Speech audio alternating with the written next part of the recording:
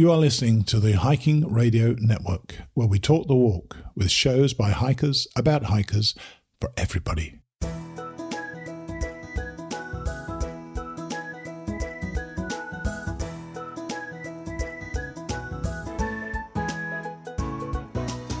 Mighty Blue on the Appalachian Trail, the ultimate midlife crisis. Join Steve and his guests every week as he staggers from Georgia to Maine.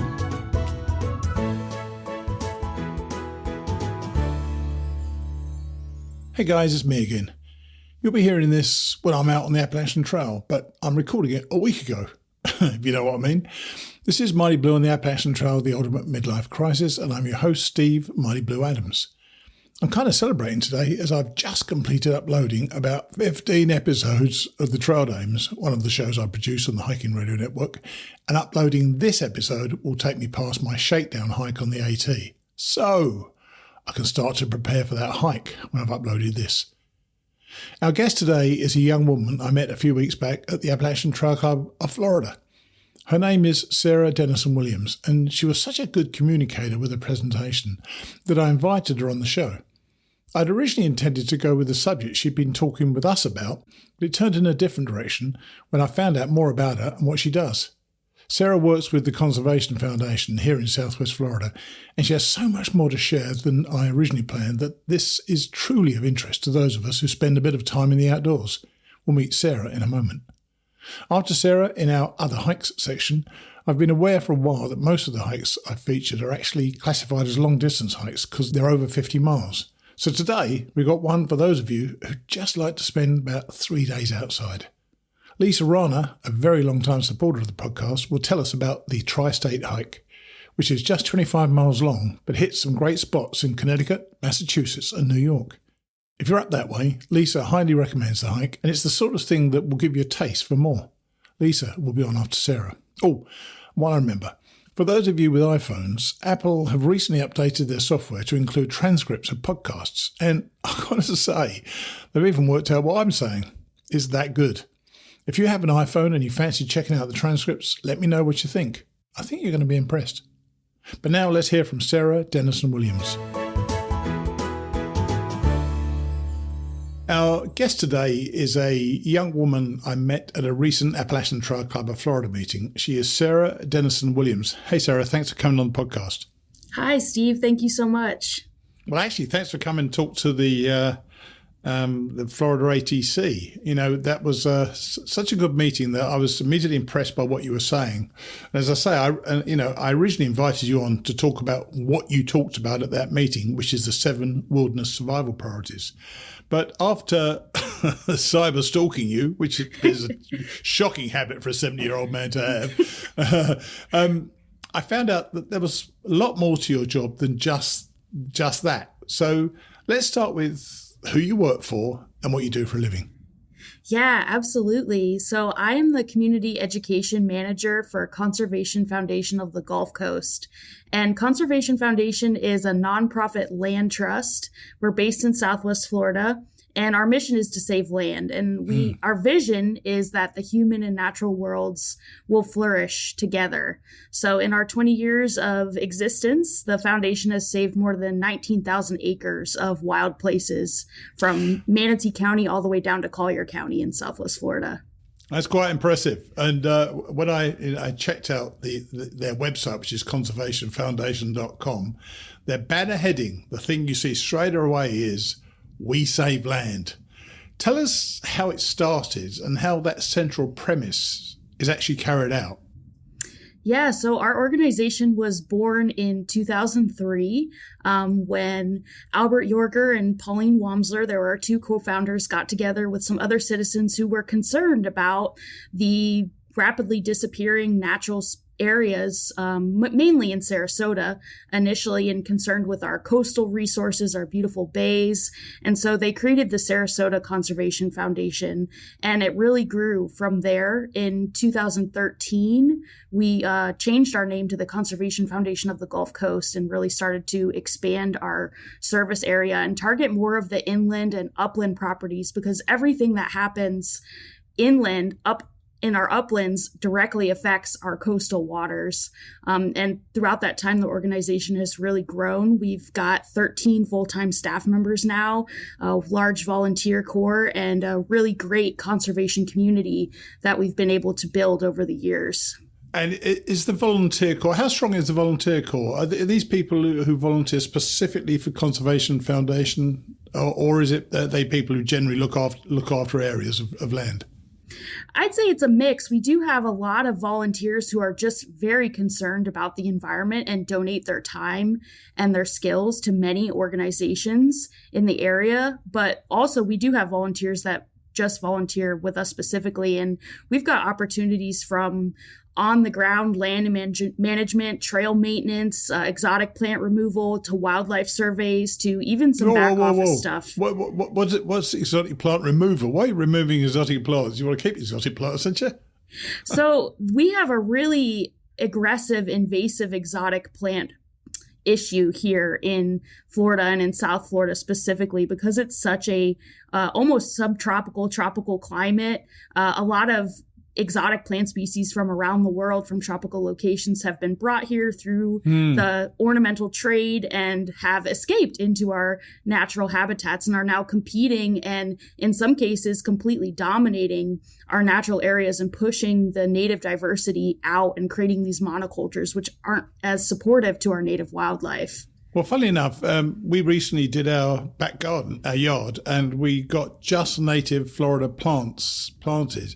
And it's fantastic. What they did was fantastic. They're plants I've never seen. So I kind of loved it. Hopefully we're not going to get any of these foreign species escaping from, I don't know, some biolab somewhere, but whatever that is. And you say you've saved over the years 19 or nearly 20,000 acres. That ain't nothing, is it? So what's the process? Or does every land saving come about from just a different motivation? How do you go about looking for an area to save, say 100 acres or 500 acres or whatever the number is? What do you do? Yeah, so every situation is different. A lot of the properties that we save, we're working in partnership with local government agencies or with the state of Florida, the water management districts, to really pool the resources and seek a variety of different funding sources so that we can complete the sale and ensure that these large parcels, right, we're talking hundreds to thousands of acres, are saved and then publicly accessible. But we also work with private landowners or people who want to leave a legacy, right? So we also do conservation easements, and that is where we'll work with a landowner to draft a unique legal contract, and we pay them for the development rights to their land so they can ensure that their ranch or their family homestead, their farm, is kept in perpetuity as a conservation land. And that's particularly important now because those of you who don't know Florida, I live in Florida, near just south of Tampa, which is just north of where you're talking about, Sarah. But we are overrun with new housing. And I'm not complaining because I've got a new house myself. So, but we are overrun with people coming down here all the time wanting to buy more houses, and people are developing further and further inland. And so this is really important work that you're doing. And I know that water quality plays a big part in the work that you do. And I hadn't even thought about that. So tell us about that. And particularly you referred to, I think it was Bobby Jones golf course becoming rewilded. So tell us about that and the water quality aspect of that. Absolutely. So one of our 4 pillars of conservation, one of the reasons why we save land is for water quality. And we are targeting parcels that are adjacent to or have water frontage and are connected to our watershed systems, because we want to reduce the amount of nutrient and stormwater pollution that's running off of these upland areas and down to our coastal bays. So the Bobby Jones Golf Course is one of our active projects that we've got going on in partnership with the city of Sarasota, who owns the golf course. They were redoing it. It had been somewhat unused for quite a long time. And so half the golf course they totally redid. They made it into a beautiful facility where people can now go play. But the other half of the property, they worked with us to get a conservation easement on it. So it's protected forever. And it has been restored to a nature park. So there was a lot of funding from the Water Management District, the Sarasota Bay Estuary Program, and other organizations to create these wetlands on this former golf course site. And now these wetlands are collecting water from Philippi Creek and nearby canals and filtering that water before it reaches Sarasota Bay. So it's a massive water quality improvement, as well as a recreational venue for the community. So the government are buying into the science of this, are they? Yes, yeah, absolutely. And the design was carefully planned with the Water Management District and with hydrologists and, people who are working actively to create these restored wetlands for that specific purpose, to hold back the water and treat it before it moves on. That sounds so cool. It really does. But it isn't just about saving bits of land all over the place, is it? Your website refers to expanding the protected areas and connecting them. What's the strategy there?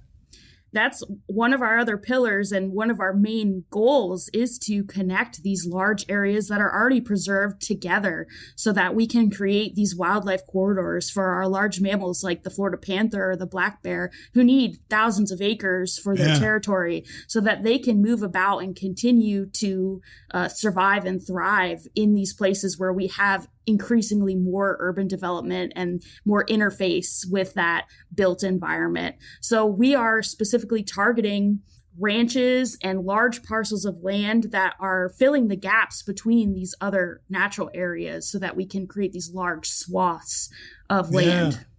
And are you, and the wildlife is particularly important as far as I can see as well. And are you able, even if only anecdotally, to let us know the impact that you've seen on wildlife since these connections have taken place?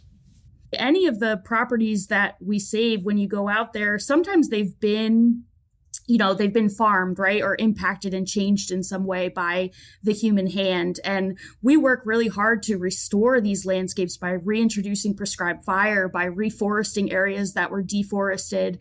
And it's just incredible to see the wildlife return to these areas. It really is a, if you build it, they will come situation, right? When you create this place where they have the resources they need to survive, they're going to take advantage of those resources. So it is really amazing. We have trail cams up at many of our properties, and we've got interns and volunteers who help us monitor the wildlife out there. And we see everything from deer to raccoons to all kinds of bird life and insect life. And it's really amazing to see. That's so important. And so if you've saved 20,000 acres, who actually owns the land, or is it the rights to what the land can be done with the land that's important? I presume that's the case, isn't it? Yeah, so it's really a mixture. A lot of the property is owned by county governments or even the state or the water management districts. Some of the properties we do own in-house. So Conservation Foundation has a few properties that we own outright. And then a large part of the properties are owned by private individuals who have a ranch or a farm or a property that they wanted to protect, but still maintain their ownership, pass it on to their future generations, and continue to operate their businesses there. So now I know we're sounding incredibly parochial right now because this is a small area near where I live, and it's just this little part of Florida. But this has national implications as well, doesn't it? And national opportunities, not only for volunteer opportunities, but the way we as a country can save our land. And we do a great job with the national parks and so on. Is yours a template, or have you taken a template from other activities around the country?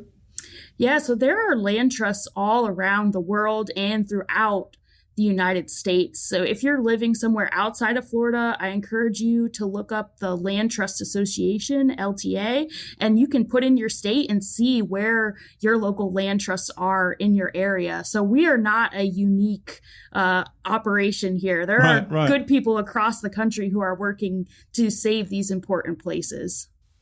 And we mentioned wildlife earlier on, and I remember a couple of years ago, this may not even be true, so maybe complete rubbish, but I seem to remember they were offering hunters to go down into the Everglades to hunt out these bloody great snakes. Were they pythons or something like that?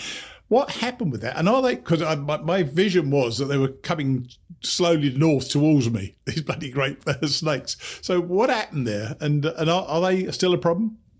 Yeah, so there are still python hunts that go on in South Florida and in the Everglades, and exotic invasive species are a huge problem. Everything from little tiny beetles to these giant pythons to plants, right? And in Florida, we've got this incredible, diverse ecosystem and climate that really fosters this richness of life. And unfortunately, that's somewhat of a double-edged sword where we have these invasive species that are able to encroach very easily into new territory. So yes, pythons are absolutely still a problem down in the Everglades and in South Florida. And we're starting to see more of the exotic lizards and other reptiles like iguanas encroaching further north. And as the climate warms and our warming trend is ongoing, we might see some of these exotic reptiles expanding their range further north into Florida. I've got to tell you, I could not think of anything worse than going on a bloody python hunt. Fright the crap out of me if I saw one. So I wouldn't want to see the darn thing, I tell you. and just as anecdotally from me, I one of the reasons I was interested in this, I'd read recently that there was a golf course, and you've mentioned the Bobby Jones golf course, several golf courses. There are now less golf courses in the country than there were 6 or 7 years ago because communities, the game's not being played as much in certain areas and communities allowing them to rewild. Do you see golf courses as a big target for the future? Because there are tons of them around Florida, aren't there? Absolutely. Golf courses are typically in pretty urban areas, and sometimes they are the last large parcels of relatively natural land that's left in these urban areas. And I don't think golf is going away anytime soon in Florida, but around the country, not with all us old guys wanting to play it. I played this morning, funny enough. Yeah, I think golf courses are a huge opportunity because they typically don't have many built structures on them besides the clubhouse or a maintenance shed. And they usually have water features already that can easily be expanded and connected to contribute to water quality improvements in the whole watershed. And they usually have some native plants on them, a mixture of native and exotic species. So they're definitely a ripe opportunity for rewilding in these really urban spaces. Well, thanks for that, for talking about that, because I think it's important for people to see that this country isn't just going the way of development all the way. We are actually, you've got people like you who actually work in this area and really try to save land for people and save animals. I know my girlfriend, whenever we drive past a new building, a new sort of area that's been blasted for building, she'll say, what's going to happen to the animals? It's a real problem. So I'm glad that sort of thing happens. But you're here really, even though you've been talking for 15 minutes, you're here really to talk about the 7 wilderness survival priorities. So give me first, where did you get these from, and what's the credibility of the reason for these things? And we're going to go through them in order in a minute.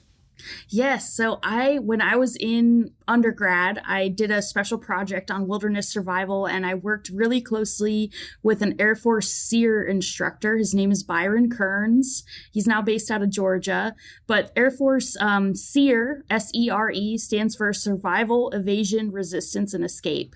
So these are the trainers who are working with our armed forces to teach them how to survive, evade, resist, and escape if they are caught across enemy lines in a foreign nation.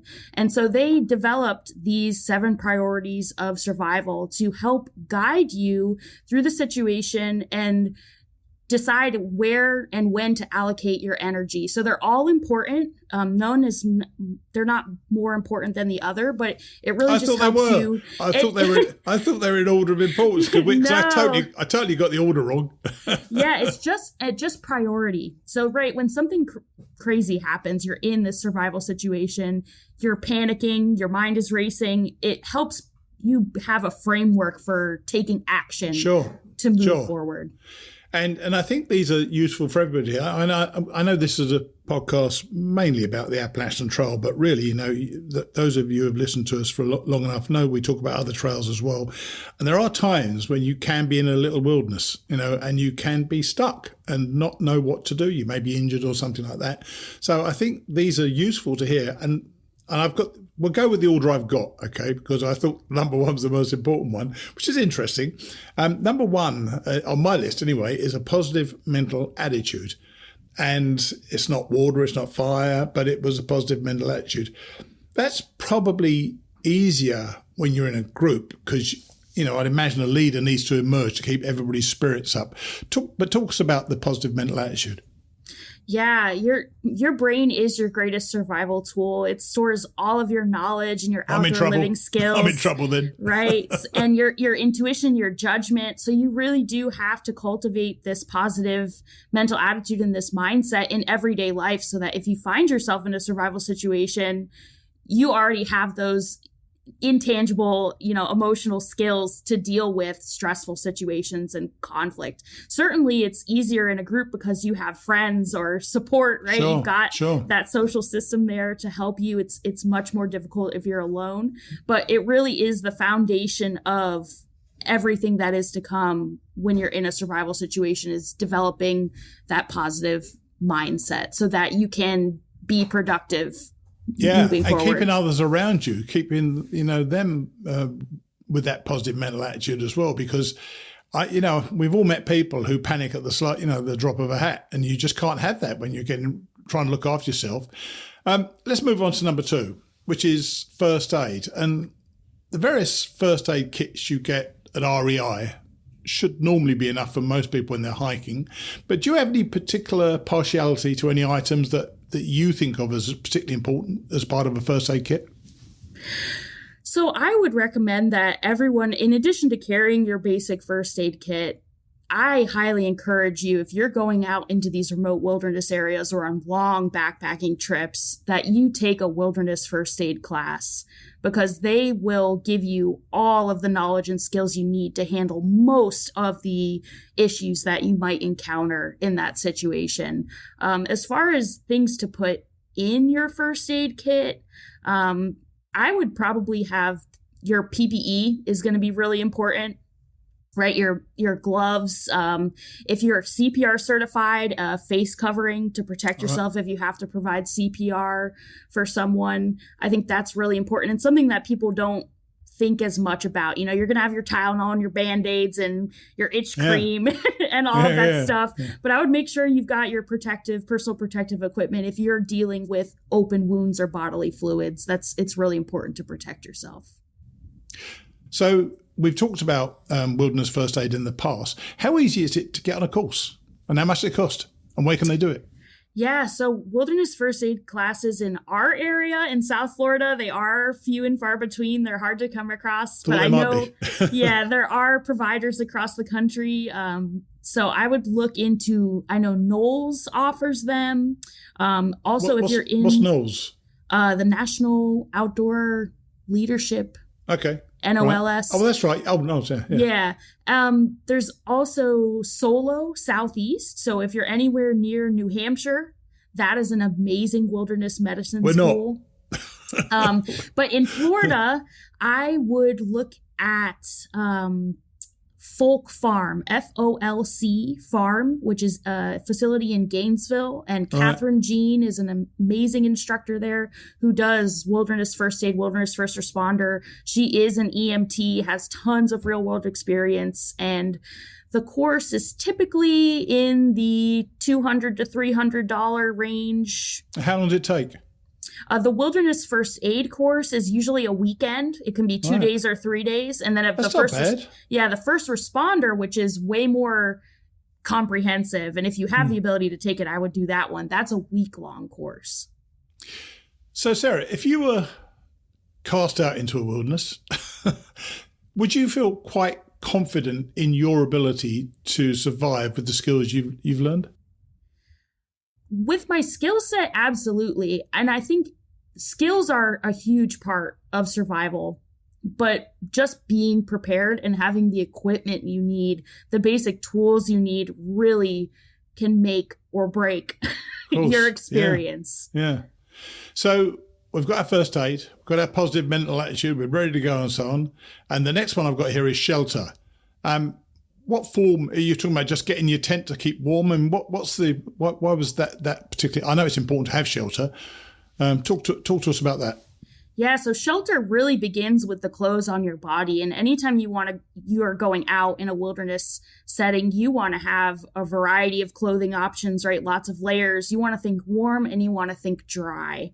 So once your clothing is good to go, if you're in a survival situation, you need to build some sort of shelter to protect you from the elements, the wind, the rain, the cold. You want to be able to get your body up off the ground because the ground is going to sap that warmth from you. I think in the hiking situation, you have your backpack and your tent and your pad or your tarp, your hammock, whatever it may be. So you've probably got shelter down. But if you're in a place where you don't have that equipment with you, you should practice building a rudimentary shelter just from a sheet of plastic, from a trash bag, a tarp, just something to keep the wind and the rain off of your body. Yeah, that's a frightening thought of actually being stuck out there. But you're right. I mean, if you're hiking, you've got that stuff as well. And I guess it also, it probably depends upon the time it happens and the imminence that you're likely to get out. I mean, you've got to be prepared to have shelter when you need shelter. But if you're during the day, you want to try to get out during that day, don't you really? I suspect anyway. And keeping warm, obviously fire. What would you carry with you? I usually have a good down or synthetic, thermal jacket, a puffer, lots of layers. If I'm going to be in a place where I know it's going to get cold at night, I'll bring my little long johns and my good socks, my hat, all of that stuff. Just keeping your clothing versatile so that you can stay warm if you need to. And then shelter wise, hopefully you've got your sleeping bag with you or your blanket, your quilt if you're out hiking, but it's really important to insulate yourself. So if you're just working with natural materials, I would collect pine needles and leaves and build yourself a little mattress to keep your body off the ground. And then there are also these shelters called debris huts, where you're basically building yourself a squirrel nest. If you've ever seen a squirrel nest up in a tree, it's just a big clump of leaves, right, and sticks. So you just kind of bury yourself in this little cocoon of debris that's creating that airspace to keep you warm at night. And the next one was fire. Do you having built your squirrel's nest, you can use that same stuff to start a fire, I presume. Would you carry matches with you? What do you carry? So I don't recommend matches, because if you are in a stressful situation and you're trying to strike matches and they're not working and you're running out of matches, that is really bad. More stress, for your mental attitude. Yeah, I would recommend just a Bic lighter, because they're still going to throw a spark. Even if you run out of fuel, they're going to work when they're wet. But what I personally carry is a ferrocerium rod and a striker, like a magnesium rod with the ferro rod on it, and a striker, because they're going to work thousands of times. Even if they get wet, they're going to work. They're always going to throw a spark. And then for your tinder, you can use natural sources, your dried grasses, your really light, fluffy, fibrous stuff. But I usually carry a little film canister or a pill bottle with cotton balls and Vaseline. And I have found that is the best fire starter around. It's really simple. Everyone has that stuff in their house, probably. Yeah. And you fluff up the cotton balls. You've got a little Vaseline on them. You throw a spark and it's going to burn. It's going to burn hot, and it's going to burn for a long time, long enough to get your little sticks going so that they can light your larger fuels. And if you're going into a wilderness, I know you have to have this strays onto other areas. Let people know where you're going to go, leave a plan so people know where you're going to be hiking and so on. But you've got number 5, you've got signalling. Do you carry one of those Garmin's with you if you go out into a wilderness, or what do you do with signalling? Yeah, I do have one of the Garmin GPS SOS devices. I also always carry a whistle, because the sound of that whistle is going to travel much further than your voice if you're trying to call for rescuers who might be nearby. And a mirror is a small, lightweight, easy thing to carry with you. It's got multiple functions. You can check yourself out, and you can also use check it for ticks. Check for ticks. Exactly. Yeah. And also use it as a really powerful signaling device for any aircraft that might be in the area. Well, let me share a little story with you then. When I went the trail in 2014, my wife at the time insisted I took a whistle with me. So I had this metal whistle with a string around my neck, and I had to carry with me at all times. Never once used it until I got to Connecticut. And I was hiking along with some bloke who was a scout leader with all these scouts. And he was one of these guys who just knew everything. Except, of course, he didn't. and I said to him, I think we should have turned left back up there and gone up that hill. He said, no, we're going the right way, onward. And so I walked with him for about another 100 yards thinking, I know we're going the wrong way here. So I said, look, I'll tell you what, mate, I'm just going to go back and then go up that hill. If I'm right, I'll blow my whistle. And so you'll hear me and you can come back. He said, yep, you're wasting your time. Okay. So he said, we'll wait here for 5 minutes and see what happens. So I go, and turns out I was right, and we were going the wrong way. And so I got to the top of this hill, took my whistle out. Remember never having blown it, and it had rusted. Oh. It went, boo, boo. So he never heard me. He thought I knew I was right, and he probably carried it. He's probably still walking now. I have no idea what he said. Yeah, so carrying a whistle, a plastic one is probably a better idea than a metal one. That's what I took away from it anyway. Yeah, they make great survival whistles that are just ridiculously loud. And I'm sure you can get those at REI or any outdoor store. If you just look for survival whistle, they make them that are, there's no way you wouldn't be able to hear this thing. Yeah, I could have done with that one, let me tell you. I did crack up because I thought he's not coming now then, is he? So the last two are water and food. Fairly obvious, I suppose. Finding water. If you're stuck somewhere, how would you find water?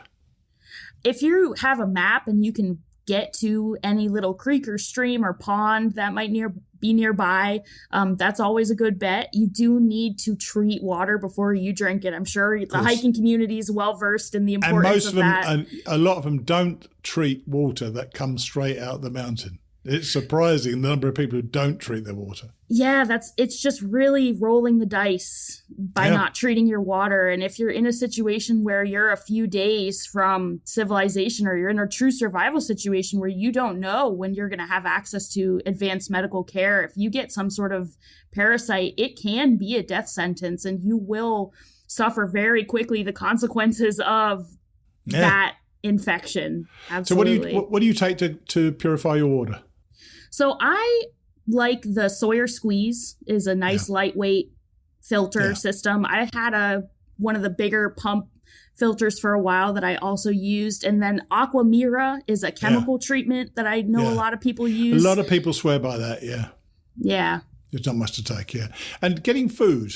Now, you're not suggesting people go out and hunt for food, are you? Or maybe you are.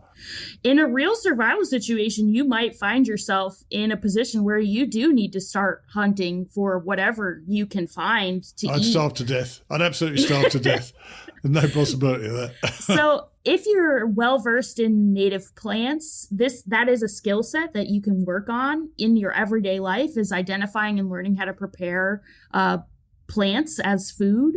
But it's in a survival situation, plants take a lot of effort to collect and prepare, and you're not going to get a lot of caloric value from them. So typically meat is what you're going to be looking for. So if you are interested in learning trapping and snaring, that would be a skill set that would be valuable to have. Or hunting, just in general, if you have those tools at your disposal. But in a short-term survival situation, I would be going after things like little lizards, frogs, turtles, fish, and insects, worms, any little creature that I could get my hands on. You know, it sounds terrible, but you overcome that pretty quickly when you're hungry. You start getting hungry. You're gonna get over it. I got to tell you, I'd find it hard to get over that. I really would. Oh dear. So they're the survival techniques. So positive mental attitude, first aid, shelter, fire, signaling, water, and food. Is there one of those that you think dwarfs the others, or do you really think they make up a whole? They do make up a whole. Positive mental attitude, if you don't have that, it's really hard to move forward and survive. So I think that one is extremely important to get your mind in the right place.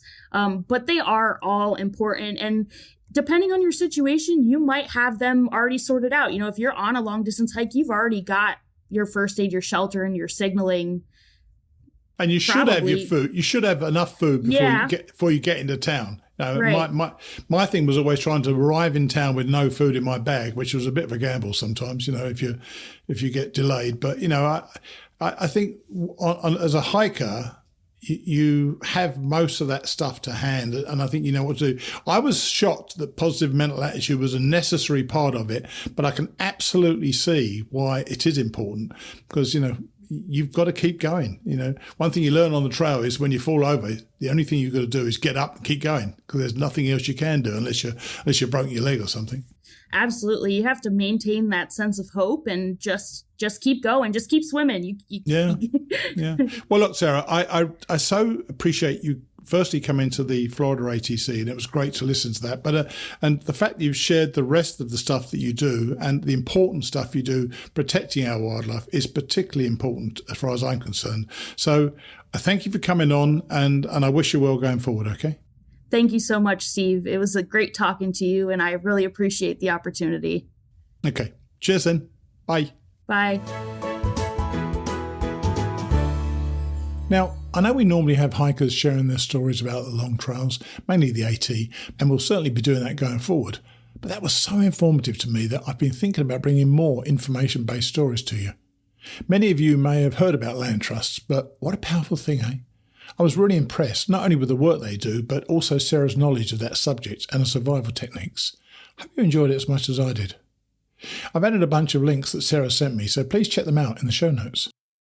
As I listed our current donors in the show I recorded earlier today, I don't have an update. Suffice it to say, though, I appreciate all of you who have kept us afloat over the years. You have my eternal thanks.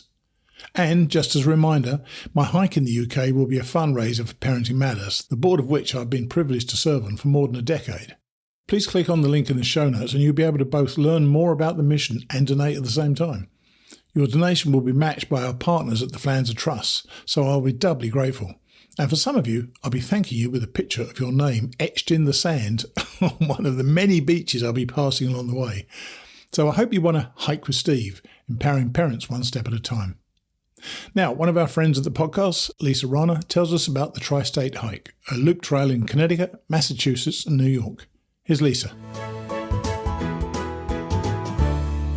Our friend Lisa Rana is on the show today to tell us about a pretty short hike that I'd never heard of. Hey, Lisa, nice to have you on the show. Nice to see you. And my very pink shirt, as Yes. the listeners can't see me, I'm wearing an incredibly pink Hiking Radio Network shirt. As I say, I'd never heard of the hike. So first tell us where it is and then how long it is. Okay, it's not a described hike. So it's a hike that's made up of several different trails connected together to make a loop trail. It's the Tri-State Hike, and it's located in Connecticut, Massachusetts, and New York. So it's a loop that starts in Connecticut, goes into Massachusetts on part of the AT, and then you depart from the AT, and then loop into New York, back into Connecticut, and then you end it. It's about nice. 25 miles. It's nice. It's very rugged, much more rugged than I knew, but that's typical for me. I always go into it thinking it's going to be fine, and then I'm like, oh my God. And so you're in these three states for, say, 25 miles. What's the elevation gap? Actually, you sent me a map, or actually you sent me I think it must be a screenshot of your All Trails map. I think it must be All Trails. And it's elevation about 14,000 miles? Feet, rather? Yeah, I mean, it's odd because I think the actual elevation gain is about 6,000, but when you go up and down, up and down, up and down, you're at about 13. Right. It adds up, certainly. No question about it. And as a loop, do people hike this as a trail and pretty much start where they like? Because you can get in from any direction, I presume. You can get in from different points, and I really can't state. I don't really think that many people do it. Right. When I was doing research for it, I only saw a handful of like YouTube videos or anything like that about the hike. But I know that there are several trailheads along the route, so you can start from various different places. And where did you start? I started on Route 41 in Connecticut. It's kind of like the base of Bear Mountain. Right. And then what I did is I got there really late the first day because I'm traveling all the way from Eastern Long Island, which it's about a 5-hour drive just to get to the Right. trailhead. Oh, wow. Yeah. So we don't really live next to much. So I don't even think I got to the trailhead until like 3:30, 4 o'clock in the afternoon. All right. So I just did like 4 miles, I believe, the first day just to get to Sages Ravine. And I did a side trail. I think it's called the Paradise Lane Trail, which Yep. kind of skirts around Bear Mountain. So you could go up and over Bear Mountain if you wanted to. And I knew I was going to do that on the way back. So going because of the late hour, I decided to just do the Paradise Lane Trail around the side. And I stayed at Sages Ravine, which is part of the AT. Yeah. The first night, which is beautiful. I mean, It's awesome. Yeah. It's awesome. It's one that, my memories of the trail are varied and many. But Sages Ravine, from my memory, it was this deep green of moss everywhere, isn't it? Is it still like that? Yes. And it was like tons of water sources, really nice campsites. It was just beautiful, actually. And on my very last day, I saw several people that are going in just to spend the night there. Right, It's a place where a lot of people just go. Were you hiking by yourself or were you with your dog, weren't you? I was with my dog on this trip. Do you know what? Yeah. I'm so glad it was a dog. As soon as I said it, his name was Leo, wasn't it? Could be a friend of yours or a husband or whatever. So you hike with your dog. And as it's, because I know in your notes you said it was quite tough. And so as it was quite tough, how did the dog cope with it? And would you recommend it as a hike for a dog? I hate to recommend it for a hike for a dog because I don't know what people's dogs are. Like, he was fine at the time. I did this hike several years ago. He was younger, right. And he had been on hikes before with me, so he had somewhat acclimated to kind of trail life. And he is a sturdy dog. He's an Airedale. So he really did fine with it, but it is a rugged hike. I mean, there were certain times I put a harness on him. So there were certain times during this hike where I literally had to lift him up because even he couldn't, I mean, parts of it were like akin to some sections of Maine, those smaller and shorter. Wow. I was like, oh my God. Yeah. So, yeah. So yeah, dogs can definitely do it, but you have to know your dog. Absolutely. And I think that's true for everybody to go hiking with a dog as well. Mm-hmm.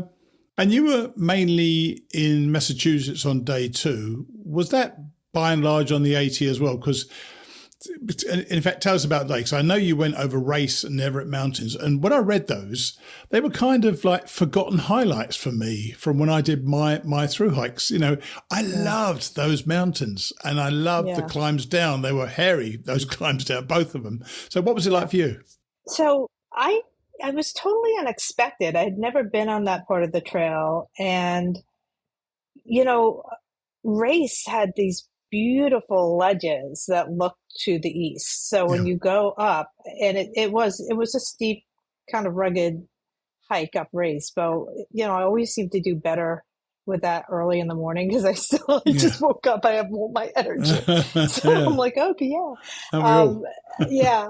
So I just remembered, like, I have pictures of Leo standing up on a ledge, like overlooking this huge valley. I mean, it's just like beautiful open vistas. And I was unexpected. I didn't really expect that at all. And so basically Race and Everett were the big mountains for the second day. And I know that the coming down off Everett was the one that stuck with me a lot. I don't know whether I had a bad day for some reason, but I think it was wet as well. And I thought, this is dangerous. This, one false move could kill you on coming down Everett, from my memory anyway. You say that about every descent like that, but it's true. Right. It's always that way. Like there are some, especially when you get into New England, and Massachusetts is the beginning of New England, and Connecticut. I mean, you have some steep, rocky, scree, descents that, I mean, but that wasn't the worst. And believe me, the stuff that was coming up in New York was much worse. I'm going to ask you about day 3 in a minute, because apparently that was, as you called it, the beast. By the way, what time the year did you do this, Lisa? I did it in June, early June. All right, and so it was warm. Right. It was nice. I mean, it was unusually warm for June, especially that third day, because it was into the mid 70s, and I didn't really think it was going to be that warm. Yeah. And there wasn't a lot of water sources that day. So anyway, just finishing up on day 2. I mean, when you go down Everett, that's where you depart from the AT. So really, like, for most of the second day, you're on the AT, and then you depart and you go to the west. And it's kind of like a dirt road that you're walking on for a little while. And then you're walking on a paved asphalt road. And then you come to the Mount Washington State Park, and you enter the park there. And that's, you walk a little ways to a campground. Right. And so is that where you stayed that night? Yeah, the second night, yeah. Right. And you said that the campsite was buggy at dusk. Oh, it was very buggy at dusk. So you had to get into the tent. Yeah, it's probably about the time of year when you would get there. So how long was day 2 then? How many miles was day 2? Day 2 was about 10 miles, I believe. Okay. So 9 or 10 miles. Okay. So let's turn to day 3 now, which apparently was the tougher one. Why was it tougher? But the reason I ask is because the bit that makes me think about it is because I obviously didn't do this, but you had some rock scrambling as well, and you scooched down on your butt several times, which always frightens the life out of me as well. Well, I mean, first of all, I kind of made it tougher on myself, and I tend to do this sometimes when I hike. I really was planning on staying again at Sages Ravine and then hiking out on the 4th day. All right. But by the time I got to the base of Bear Mountain, it seemed kind of like, well, my car is only a little bit more up there, and might as well just finish it, It's one of those types of things. But I mean, it was 5 mountains and 5 like pretty steep, grueling mountains for the last day. It was Allender Mountain, and then I went up basically all the way up Brace Mountain, though I didn't summit it, because to summit it was like a 0.6 off the trail. Yeah, never go off trail. Never go off trail. I went off a little bit and let you only have to go like 1/10 of a mile to get the view. So I'm like, this is good. I had lunch there. And then Mount Fizzle, Round Mountain, and then going up southbound on Bear Mountain in Connecticut. So it was just, it's just a lot of climbing, sure. Some really steep descents. The descents, for some reason, were much worse to me this time than the ascents, because the ascents were like long, but they were doable. But coming down off some of these mountains, except for going up Mount Fizzle. Mount Fizzle was a lot of rock scrambling. I had to do some hand over hand. I had to at one point go up, drop my pack, go back down, help Leo up, and then I dropped my water bottle. So I had to go back down the third time. Oh, God. I know. Nightmare. I know. There is something about wasted miles which piss you off. I know. Out of all proportion to what it actually is. It's so true. Absolutely amazing. So tell us about then the Tri-State Corner Monument, which I presume actually marks where those 3... Is that actually on the trail? Where they meet? Is that actually on the trail? It is on the trail. So you just, you're walking along, and all of a sudden you come up to this monument, and it says NY on one side, CT on one side, MA on one side. Nice, and it's the marker where all 3 of those states meet. It was so really you can cool. hug the monument and be in 3 states at the same time. There you go. There you go. That is pretty cool. So how much road walking was there? You mentioned road walking. You said it was a bit tedious, but it's to be honest with you, sometimes a road walk is a nice interlude. I think that's why I wouldn't want a 300-mile interlude, but a mile or 2 is okay for me. How far was this? It wasn't, I don't know how exactly, but it was just a couple of miles. It wasn't horrible. It was shaded. So, Sure. you're Oh, kind of sounds. like out of the sun. It's a little jarring when are in the middle of the woods and all of a sudden you come to a road and maybe it's also because I have my dog, so I have him on the leash and it's like the whole, start thinking about cars and stuff like that. But it's a small country road. It's not a busy road. Right. And it was a little bit of a reprieve, quite frankly, after the descent down Everett, because that was a hard descent. Yeah. Yeah. And you mentioned you stayed in Sages Ravine first night. Was that at an AT shelter? Sages Ravine. It's like it's not there may be a shelter there. I don't think so though. I stayed in my tent, and they have a lot of like designated campsites. I don't recall if there was an actual shelter there or not. Tell you the truth, but there are tons. You're okay camping by yourself, away from people. Yeah. Okay. I don't know why. I just am. I've never really. It's stupid. I guess I'm an idiot because I always think that I'm going to be fine. Everybody else is fine. So I'm just, I had my dog with me, but there's that moment when you zip in. You're safe. You just zip in. Oh yeah. It's this tiny little bit of nylon around you. You zip in. What's that all about? Exactly. Oh dear. I would definitely recommend the hike for anybody that's in the area that wants to have something challenging. Yes, it sounds great. Actually, yeah. You could do it in a weekend. So, it's long, but it would probably be, listen, I shouldn't have. I really should have stayed in Sages Ravine. And then, have you ever gone up Bear Mountain southbound? No, of course you haven't, because you always go the other way. Yeah, of course, yeah. Do you remember the descent from it? Do you know, I don't remember that. I know I probably, I remember, particularly in the north, thinking to myself when I was going northbound, when I was going down the north side of it, thinking, I would not like to do this southbound because some of these climbs. But when I think about it, it's more dangerous, I think, to go down a steep descent than it is to climb a steep descent. It's tough to climb one, but to go down it, holding onto the roots of the tree above you, that at best sucks, doesn't it, really? So I know. And I know you've got some exciting plans for your future hiking. Tell us about what you plan to do later this year and next year, I think, as well. Yeah. So I'm going to go through hike the Foothills Trail, which will be my first through hike. I'm really looking forward to it. Nice. Yeah, it's just about 77 miles. And I'm doing that in the beginning of April. And I'm planning on hiking the Camino in probably late September, early October. That's the time I went. Yet. I went the 6th of October, and I was told that I missed terrible crowds about only 2 or 3 weeks before. So going late. Was it cold? Was good. Well, we had snow, but it didn't. It actually fell. It's funny, actually. It snowed behind us and it snowed in front of us. It never snowed on us. Never once. We walked through snow sometimes, but it never snowed on us. Oh, it snowed in October?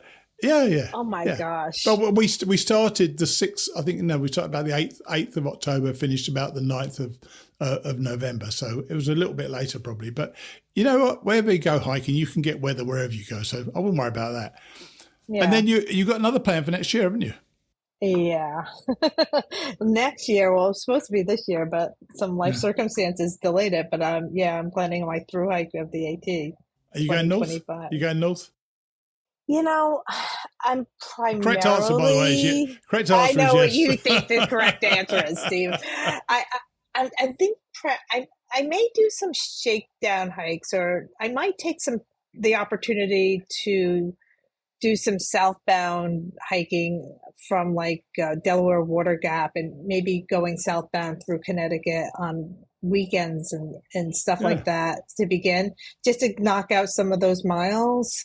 And I would just love to get through the rocks of Pennsylvania and get it done, and then start northbound in March. And then when you get to Pennsylvania, I could skip forward to Delaware Water Gap. So I'm kind of thinking about doing, something a little bit different, but we'll see.